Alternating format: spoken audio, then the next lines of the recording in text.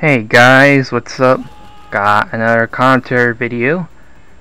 I'm playing Ground War on Revolution with me using the Browning HMG or Browning Heavy Machine Gun.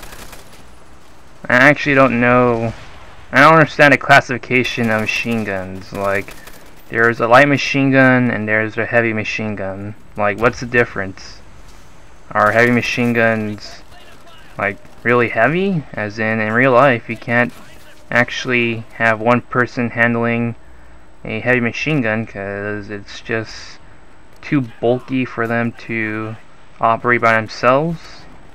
Maybe light machine guns are heavy machine guns but actually portable, or at least it's much easier to operate a light machine gun than a heavy machine gun. Or maybe there is no difference. Maybe the light and heavy machine gun classification is just for political correctness, and that in the end it doesn't really matter. Well, in any case, the Browning machine gun, heavy machine gun, is certainly probably the best machine gun in World War as far as machine guns go, seeing how it has no damage drop off, and if you have stopping power, it gets 2 shot kills at every range, unless your target has Juggernaut. Even so, I've been playing around the machine gun class, and I feel like all the machine guns have their uses. Except for FG-42, that's not really a machine gun. it's like a super portable assault rifle. Really though, like, it really helps that in World War, since the only other fully automatic weapons are the submachine guns and the SCG-44. The machine gun class at least has some flair to them, unlike in Black Ops, where the machine guns are essentially heavy assault rifles. And the only true machine gun in Black Ops is the M60, because at least it has actual machine gun traits, and it has a 100 round magazine, making it act more like an LMG than the other so-called LMGs in its class. Like, the Type 99 is what I would think of that as a heavy assault rifle, in the vein of the HK-21 and the RPK from Black Ops. It does have crappy irons though.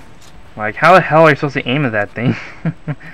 I mean, you have the irons blocking one part of the screen, and while the iron sights on the Browning are just as obtrusive, at least you can see it through the middle of it, as you can see through there when I shot that guy. Like, at least you can look through, you know? The Type 99 though, half of the screen gets blocked by its sights, so it'll make sense that why no one would really use a Type 99 as a gun at all, since its sights are so blocky and obtrusive. But yeah, it's like, the Type 99 is like a heavy assault rifle. The next machine gun is also not really a machine gun. It's the BAR, and that actually stands for Browning Automatic Rifle. I originally thought that Browning Automatic Rifle would mean that it's a assault rifle, but that's not really the case. It's just an automatic rifle. But it does have machine gun-like traits, like slow aim down times and slow walking speed. But out of all the machine guns, quote-unquote, in World War, I feel like the BAR has the most controllable recoil. If you go fully automatic though, you're definitely not doing yourself a favor.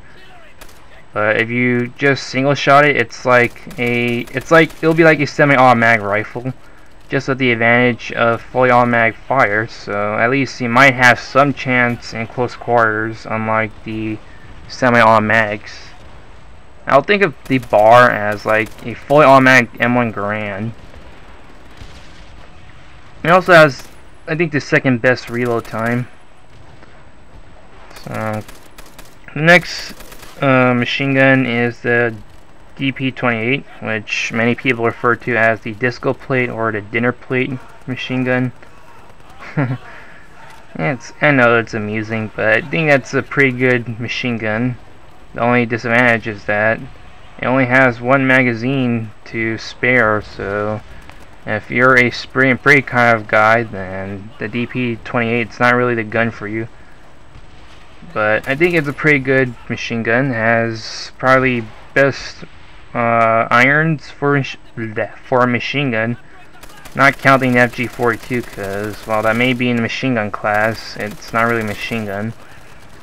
But I think the DP-28 has the best iron sights, since the disco plate is pretty much flat, so you have a pretty good view.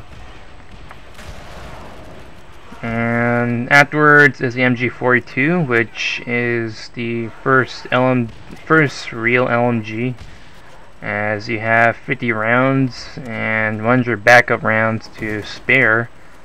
It also has no damage drop off, but it kills in 4 shots if you don't have stopping power on it. But at least it has a really good fire rate to compensate. The only problem with it, and also the Browning, is that they both have sway, so I think the recoil on the MG42 is pretty manageable, but if you go fully all mag, then there's a very good chance that you'll miss a lot of shots because of the high fire rate and the fact that the gun itself sways a lot. Well, not a lot, but it sways quite a bit. And then the Browning, pretty much the same. I already described it before. 2-shot kills with stopping power at any range, unless your target's a Juggernaut user. But in any other case, it's pretty powerful, and probably the best machine gun in World War. Well, I hope you enjoyed the gameplay and commentary, and cheese out.